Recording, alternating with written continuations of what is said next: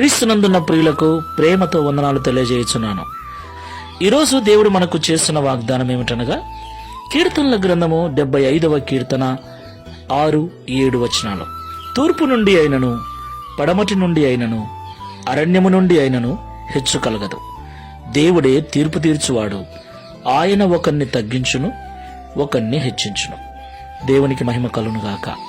నా ప్రియమైన సహోదరి సహోదరులారా, ఈ లోకంలో జీవిస్తున్న మనమందరము కూడా గొప్పగా బ్రతకాలని, హెచ్చుగా బ్రతకాలని, ఒకరికంటే తక్కువ బ్రతకకుండా, ఒకరి దగ్గరికి వెళ్ళి చేయి చాపి అడిగే స్థితిలో ఉండకుండా ఉన్నతమైన స్థితికి వెళ్ళాలని అందరము కోరుకుంటూ ఉంటాం. అందుకొరకు అన్ని రకాల ప్రయత్నాలు చేస్తూ ఉంటాం, అన్ని రకాలుగా ప్రయాసపడుతూ ఉంటాం.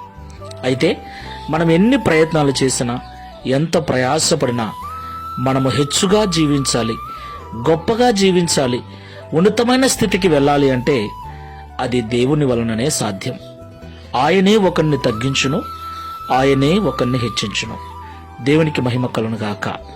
తూర్పు నుండి అయినను, పడమట నుండి అయినను, అరణ్యము నుండి అయినను, ఏ విధము చేతనైనను మనంతట మనము మన స్వబుద్ధి, మన స్వనీతి ద్వారా, మన స్వశక్తి ద్వారా, మన స్వశ్రమ ద్వారా ఉన్నత స్థితికి వెళ్ళలేమని, మనము ఎంత జ్ఞానవంతులమైనా, ఎంత నీతివంతులమైనా, ఎంత కష్టపడే మనస్తత్వం ఉన్నా దేవుని దయ మీద, కనికరం మీద ఆధారపడవలసిన వారమై ఉన్నామని ఎప్పుడూ మరవకూడదు. కాబట్టి మాటలు వింటున్న ప్రియ సహోదరి సహోదరులారా, దేవుడు మనల్ని హెచ్చించినట్లు తగ్గింపు జీవితము కలిగి దేవుని దయా కనికరం మీద ఆధారపడి జీవిద్దాం. ప్రార్థన చేసుకుందాం. మహోన్నతుడైన తండ్రి, మహిమ కలిగిన యేసయ్య, మీకు స్తోత్రాలు. అవును తండ్రి, పెంట కుప్ప మీద నుండి దరిద్రులను లేవనెత్తగల దేవుడు. గొర్రెల దొడ్డిలో ఉన్న దావీదును సింహాసనం మీద కూర్చోబెట్టిన దేవుడవు నీవే.